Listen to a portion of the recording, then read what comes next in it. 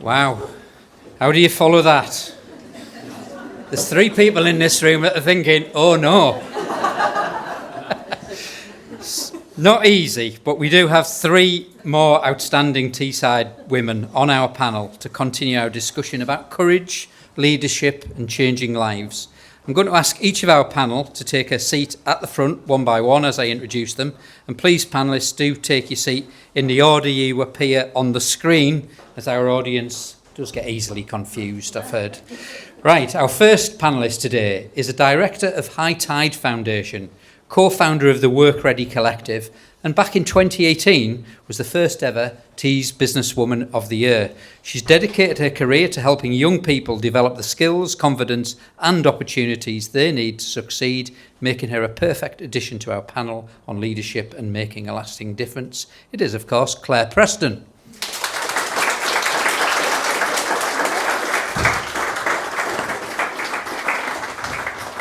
Our next panellist is another outstanding leader. She was appointed Principal and Chief Executive of Middlesbrough College back in 2013 and received a CBE in the 2024 New Year Honours for services to further education, recognising her outstanding contribution to education, skills and opportunity across the region. Please give a warm welcome to Zoe Lewis, CBE.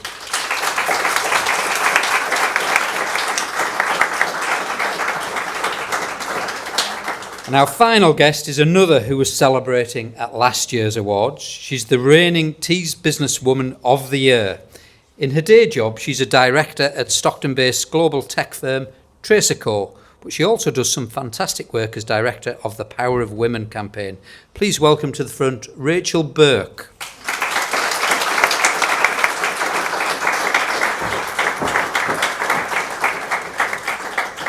So, panel, lots to discuss on our theme, so we're going to crack on. So, to start, let's talk about what shaped you, the 3 of you, as leaders. I'm going to ask you to. I know that there is probably everyone can hear, but we are actually recording this, so I'm going to ask you if you could keep those, so we can record as you speak as well.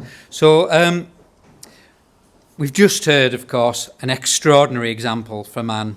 Of courage in circumstances most of us can barely imagine. The circumstances in business, of course, very different. But leadership still requires courage, particularly when the easiest decision isn't necessarily the right one. So Zoe, you've led Middlesbrough College through enormous change and growth, and you're ultimately responsible for an organisation that influences thousands of lives. But what's been the biggest test of your leadership? And did it change the way you lead?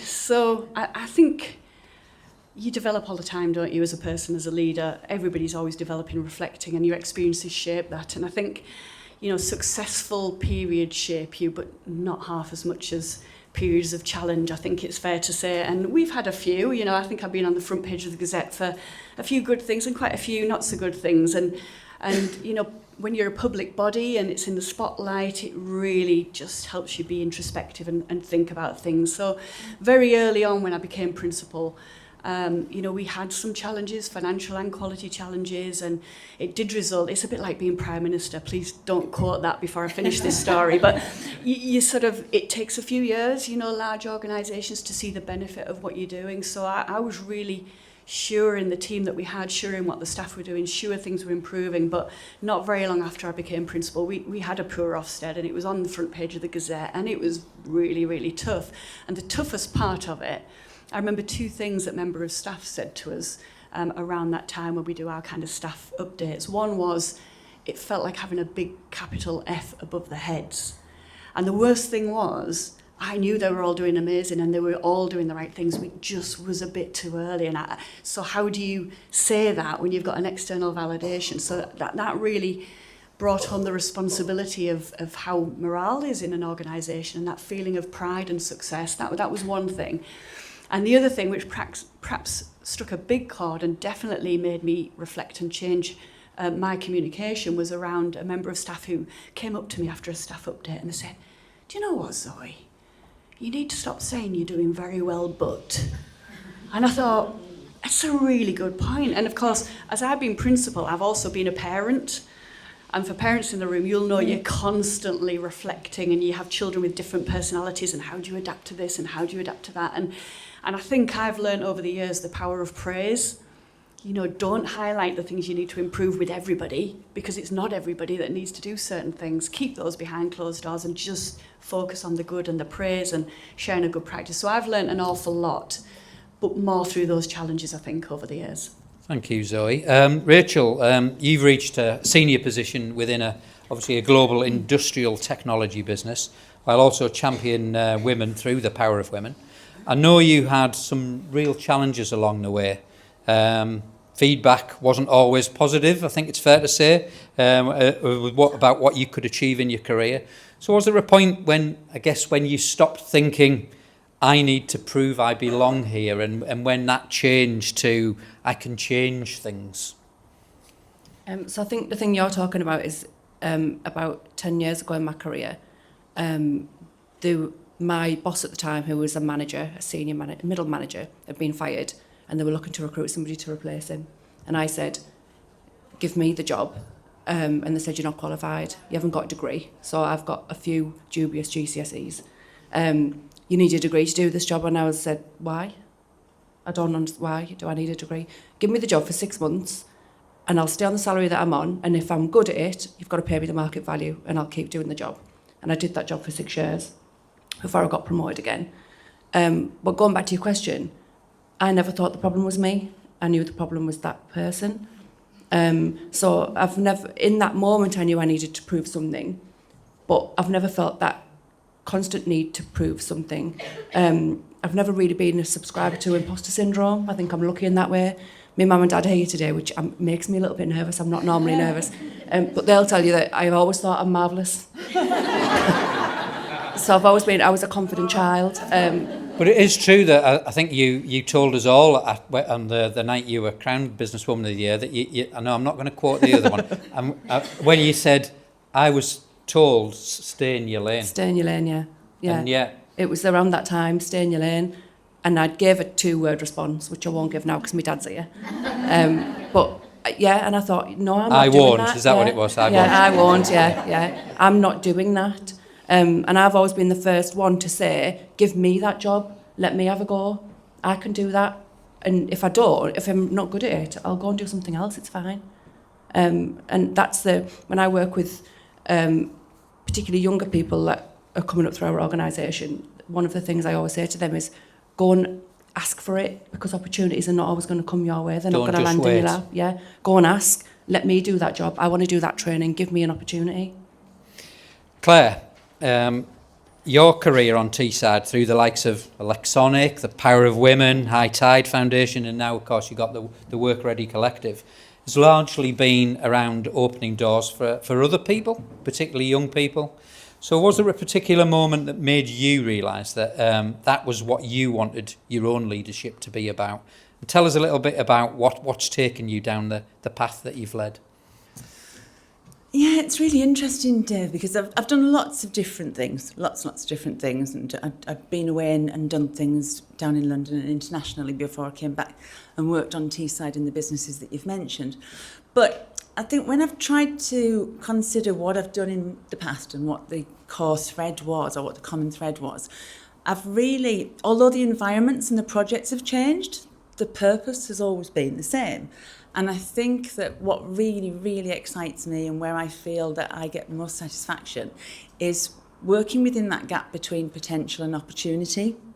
So I think whether that's with young people, whether it's within a charity, supporting women that need to have their voices heard and feel safe, whether it's within an organisation that isn't achieving what they could be, or working with individuals who don't yet understand their worth or what they have within them, I think there's a really common theme there that I love. And I think, yeah, leadership is hard, and it can be a very, very lonely place, but I love helping people to lead more effectively themselves and others. Fantastic, love it. Okay, let's talk about when leadership requires courage. We've heard of a real story of courage today, but leadership isn't really, I think, tested when everything's going well. we've just heard that extraordinary example from Anne of courage in circumstances that most of us can't imagine. So in business, thankfully, the stakes aren't quite as high, but leadership does require courage, particularly when the easiest decision isn't necessarily that right one. And it's backs to the wall and things need to change. So, panel, I'd like each of you to tell us about a moment when you've had to show courage in leadership, when doing what you believed was right was difficult, uncomfortable, or maybe unpopular, and what you learnt from it. Zoe, if I can come to you first on this one. As chief executive at the college, there'll have been decisions where you knew whatever you did, not everybody was going to agree with you. Can you give us an example of a decision where doing what you believed was right required some personal courage? Yeah, there's been a few. I mean, I've been there 20 years now, believe it or not. I'll probably give a couple, maybe a more recent one that will resonate with the room and a historic one, which I often think about as being quite a defining moment. And if I go back to that one, it was when I was appointed as vice principal. So it was a 4-year project. I was appointed to build the college and sell off Martin Kirby, Longlands and Acklam Hall to fund the building of the college. And I was vice principal, that was my job. It was a 4-year project, and I carefully coordinated 2 pregnancies in and amongst it, which I wouldn't necessarily recommend. But basically, the funding of the sites was paying for the college. That's the nutshell. When we were due to move in 2008, as you remember, Lehman Brothers collapsed, the housing market collapsed, the stock market collapsed, and everything was going under. It was the big 2008 crash. And I remember distinctly in Teesside Park on my maternity leave, breastfeeding my daughter when my phone rang, to the house builder saying basically they were facing administration. We either had to knock 10 million off the price or, they couldn't complete, basically. And I just said, see you in court, which was a silly thing to say before I thought it through, put the phone down and turned to my husband and think, oh my God, I might be about to lose my job here. Have I done the right thing? So as you do, you take advice. I took 4 pieces of advice, massive international law firms, Department for Education. 3 of them said, you've got to negotiate, you've got to reduce the price, you've got to take it. You imagine selling your house for £300,000, exchanging contracts, and just before you're due to complete, somebody saying, I'll only buy it if I give you 200,000. And at the time, the college didn't have capacity to borrow. It would have given us a big problem. So it was a bit of a Hobson's choice, really. So I took advice. 3 companies and organisations said, negotiate, you're going to have to take less.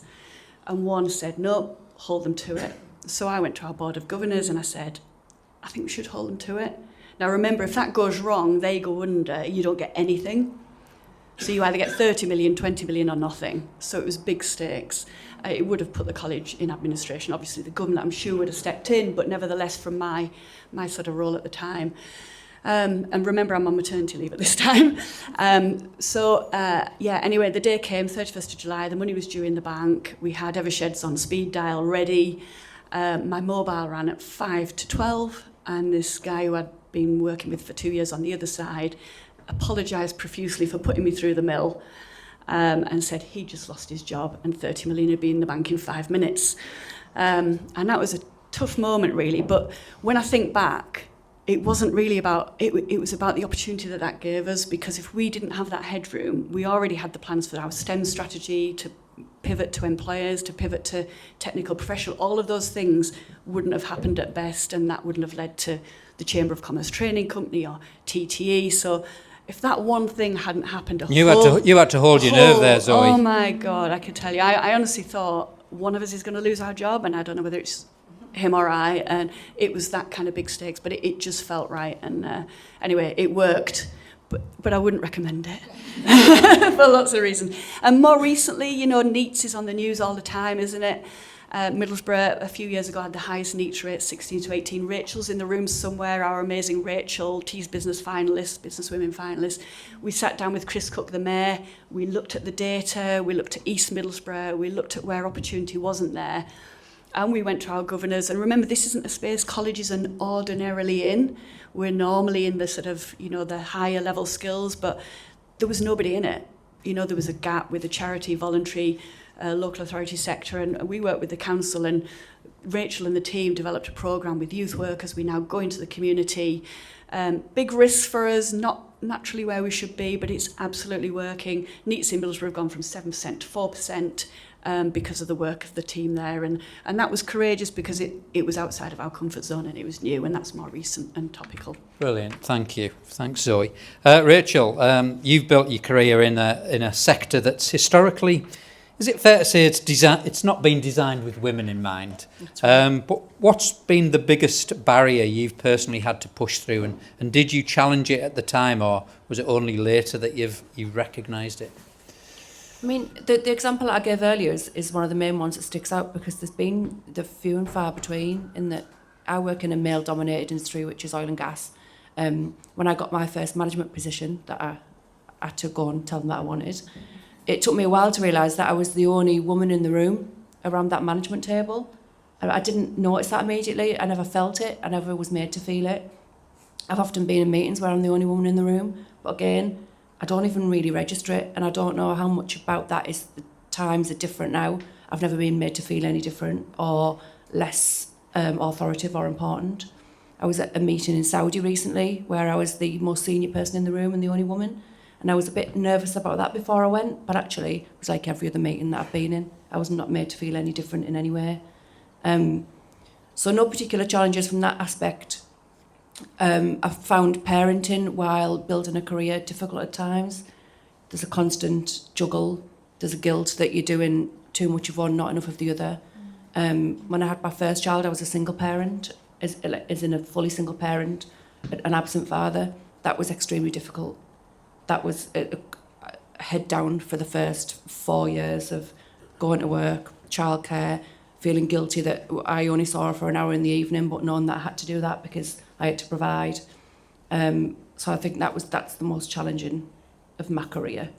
It's more personal than professional. I'm sure it's one that is recognised by a lot of women in the room as well. Thank you, Rachel. Claire, you've spent a lot of time, as we've said, encouraging young people to be ambitious, but presumably you've had moments when your own confidence has taken a knock in your career. What's been the biggest setback in your career, and what did you learn from it? I think there are probably too many setbacks to even list. It's just one of those things, isn't it, that people see somebody and have an image or an idea of what they think their life's like, and I think, well, in the wonderful words of Dolly Parton, just because you fail, you're not a failure. And I think we all have times that are really, really challenging and really hard. Too many things to think about. But in terms of the biggest setback, honestly and truly, I think obviously you do need to fail so that you can learn from that. Like you said, there are always lessons. But the biggest setback, when I really reflect on it and I'm honest, is self-limitation. And this is one of the messages that I try and get across all the time to people.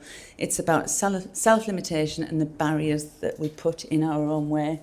And that's why I think particularly as a girl from Middlesbrough who had no idea of the opportunities that were available and still don't, it's so important that we really, really understand what we need to do to promote opportunity, to promote what is available and what's accessible and what's possible for young people. Brilliant. Love to hear that, Claire. Thank you. So next, let's talk about how your leadership can influence others. At this stage in your careers, all three of you have the ability to open doors for other people. You can recognise potential in somebody who perhaps doesn't yet recognise it in themselves. You're each part of our expert panel because of things you've achieved and what you stand for. I'm going to guess that you weren't always the giants of confidence that you are today. So this is a two-part question for each of you. Can you recall an example of when someone helped you to realise your own potential that perhaps you hadn't seen? And can you each give us an example of a time when you've been able to help someone recognise potential in themselves? Zoe? Is it me first? So I was the opposite of Rachel. My whole ambition was to earn £30,000, work part-time. I dropped out of sixth form, worked in a bank at 16. Had very good GCSE results and I'm sure lots of potential, but never really had any ambition, if I'm really honest. And somebody at Redcar Council where I worked kind of advised me, mentored me, suggested accountancy, and that was quite a big moment really because I'd never considered it, and really supported me to develop into that accountancy profession, which I then carried on to do. Similarly, at Middlesbrough Council and at Cleveland Police, somebody called Joe threw me in more deep ends than I ever wanted to go in. I remember going in his office and him saying, I want you to do this job. And I said, I don't want it. I don't want it. I didn't want that responsibility. I walked out in tears. He said, I'm going to pay you on Monday. I had no choice. And I think about that because I would never have done it if he hadn't thrown me in. He threw me in 2 deep ends, and one was a PFI project to build 4 Cleveland police stations. My God, was I out of my depth, but my God, did I learn an awful lot, and did I manage to take that forward into other things in the future. So I do owe me sitting here today to lots of people who've given me opportunity, including the 2 former principals of the college.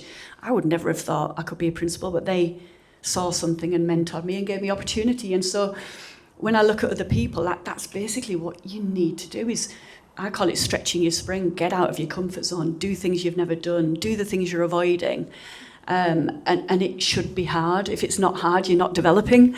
If it's not a bit painful, you're not, growing. So that is really it. And certainly with our management team, pushing people into speaking at places they've never spoken before, or presenting, or going to see other colleges, or shaping other lives is important. But also every year I go into at least one primary school, at least one secondary school, guest lectures in accountancy. I do lots of interviews with our students, interview preparation, and just last week one sought me out because as a result of that interview I gave her some connections that she's now got a job from. And that's the responsibility that I think we all have. We've all got the social capital, probably everyone in this room, and it's very easy to give it to your family and friends, isn't it, who probably don't need it, probably could get it another way. It's not so easy to give it to people who don't have it, and give those links, those advocacy really, to get that first bit of experience and get themselves on the way. So I think that's what we're all here for, and there's plenty of ways we can all do that. Rachel, same question for you, please. So when I was a single parent to Imogen, who was 21 on Saturday, that's how old I am, she was about 2 or 3, and there was an opening came up at work for a team leader, and I didn't apply for it, and my boss said, why haven't you applied for it? And I was like, I'm in survival mode here. I can't take on anything else. And she said, but you're here for 37 and a half hours anyway. So in those 37 and a half hours, you can do this job or that job. What's the difference? You can do it, go for it. And she encouraged me to apply. And that was a confidence boost that I really, and a push I needed at that time. That was one time in my life when my confidence was low. And we've been in touch ever since then. And actually, she came to me last year and asked me for some advice on her career. So my career's moved a bit quicker than hers, and she was kind of stuck in a rut, and she wanted to move to from the management to leadership level. And I did some work with her on that. So that was a really nice, full circle moment.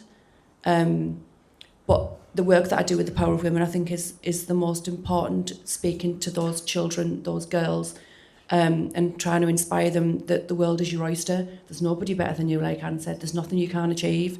No matter where you live, where you're from, what your parents do, what your social situation is. I'm a huge believer in social mobility. You don't have to stay where you started, but children need to be able to see what that looks like, and young people need to be able to see what that looks like. And by hosting inspiration days through POW, we can show those children, if you really like science, but you have no idea what that means as a career, and neither does your mum or your dad, we can show them what that means on their doorstep, which is really, really important. Brilliant message. Love it, Rachel, and keep up the great work with POW.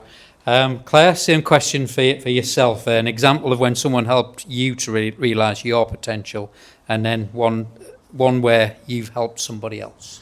Okay, well, I have the advantage and disadvantage of having quite a pushy brother, who some of you might know, who has often pushed me out of my comfort zone. And whether it's from running my first marathon or taking on something new, a new project, he's always been one to advocate, don't wait until you're ready. Don't tell me you're not ready, you'll never be ready. So that's a mantra that I now obviously adopt and share quite regularly. But honestly, the person that I think really showed me that believing in somebody can be the change was the wonderful Jane Turner.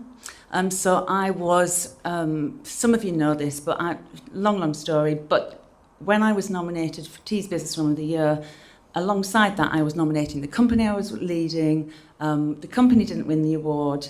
Jane and the university very generously voted me as the winner, and I was deeply uncomfortable with that, deeply uncomfortable. And when I went to see Jane at the university and told her how uncomfortable I was, she was like, "You will own this. I believe in you. I have seen you. I have seen what you're capable of, and you will pay that forward." And I do. And I I do. still remember the day, by the way. This is true. Claire came to see me afterwards and she says, "Dave, I'm delighted to have won Businesswoman of the Year, I think, but I really wish it was the other way around because I wish the company had won it and I hadn't." Because you were shortlisted for Business of the Year as well. And you really, I think you were embarrassed at the time, weren't you? Well, I still am. I genuinely still am. But I think it's that classic thing that you can give somebody an opportunity, but you have to give them the self-belief to understand that they're capable of taking that opportunity and using it effectively. So that's a very, very key message. Very, very key. So it took a while before my self-belief and ownership of that title really kicked in. But Jane did her best to make me feel that. And you're passing it on. I know you pass this on every day. So is there any one example that you can give where you've inspired somebody else to see that potential in themselves? Many. And I'm not blowing my own trumpet here, but I regularly have conversations where people say, "I'm doing this because you helped me do that." I didn't help them do that. I helped them to see that they could. That's the difference, isn't it? It's about making people understand what they are capable of and giving them that self-belief. That's the difference. That is the difference. But I think there are lots of examples, but the one that I really, really feel very, very emotional about was a young man who attended a week with me recently at High Tide, and he was the oldest of 6 children, all in care. And I believe that his participation in that sector week and seeing the different businesses and opportunities available has changed his trajectory. And I know that because he told me that. He's spoken in front of a big audience on International Women's Day, and his teachers tell me how he talks about how he is going to work in the maritime sector and he will show his siblings what is possible. Fantastic, I love it. Well, we'll have to follow his career with lots of interest, yeah. Thank you, everyone. So those illuminating answers bring us neatly to recognition. I've mentioned already that nominations for the Businesswomen Awards close in 10 days' time. We can all think of somebody who is brilliant, tell other people they're brilliant and never actually tell them. Yet sometimes putting somebody forward for recognition can give them confidence they didn't know they had.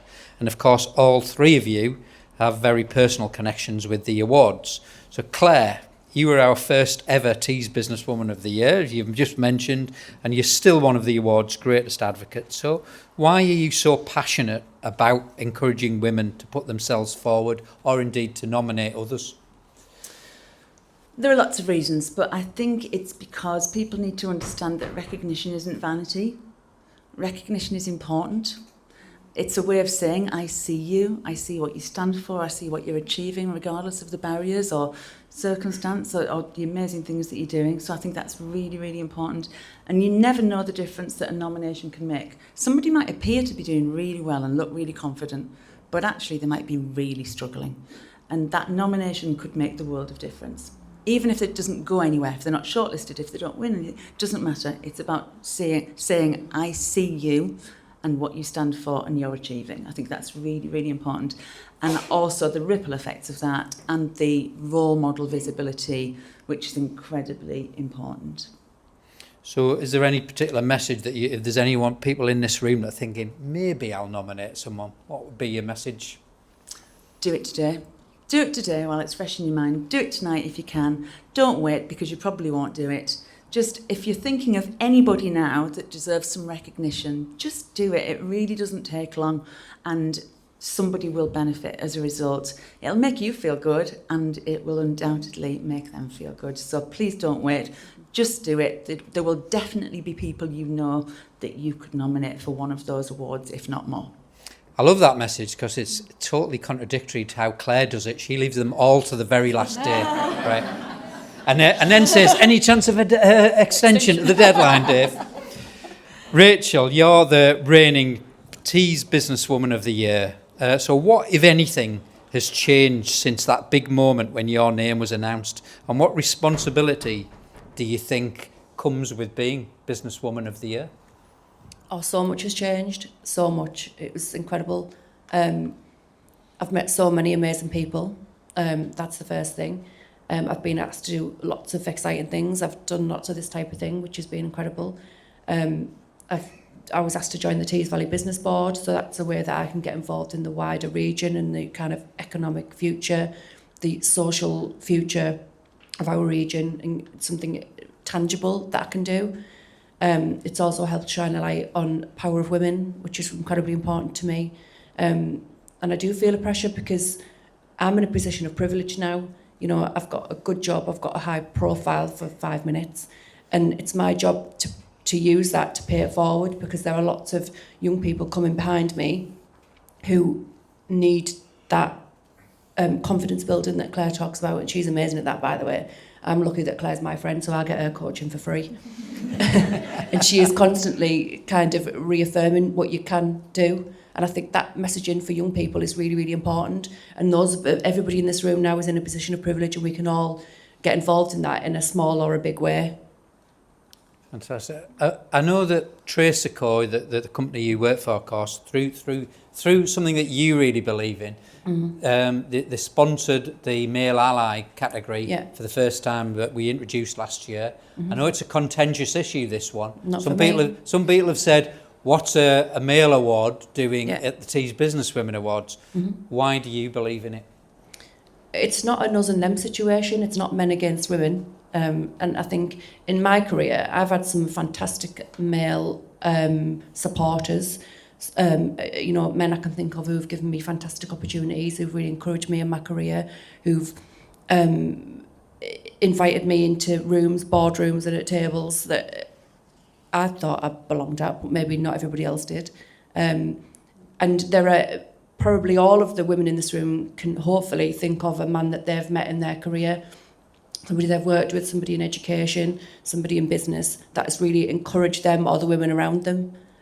We all encounter those men, and they need to be celebrated, because it's a big part of equality is men's input into that. It's not just a woman's fight. Thank you. And by the way, we at the male ally category, I think we've had 2 nominations in yet, so we do want some more. I think every woman in this room, but also there's men that should be suggesting names that could be put forward. So please do have a think about that, because we do need more nominations. The nominees we got last year were absolutely incredible. It was really, really difficult. There was 3 very deserving winners that were shortlisted. Yeah, it was absolutely incredible. Yeah. And we all work with those men, I hope. So do please nominate them. Thanks, Rachel. Zoe, Middlesbrough College has been one of the biggest supporters of these awards right from the very start. Can I ask you, why should employers take the time to recognise and nominate the brilliant women within their organisations, or indeed put their own organisation forward for an award? I mean, for all the reasons that have just been said, which are obvious really in terms of the individual, the impact, the positivity, but the ripple effect as well. It's a bit like kindness, isn't it? The more people that you recognise, the more they want to recognise others, and the more that boosts that positivity across your organisation. It sort of shows you care as well, and it shows that you value that kind of diverse thinking in your organisation, and it's a hell of a networking opportunity. So if you only go there as a guest, you meet so many people, and you've seen how it's grown over the years. So, you know, profile, diverse thinking, there's so many reasons that benefit organisations. Fantastic, thank you. I am aware that we've gone slightly over the time, so apologies there to anyone who, and I understand that if anyone does need to leave. We are going to wrap up now. I'm sure we could all listen to Zoe, Claire and Rachel all afternoon. I know the panel will be around a little longer if you want to pick up with them on anything you've heard today. But for now, I'm going to ask you to join me in putting your hands together for our expert panel of Zoe, Rachel and Claire.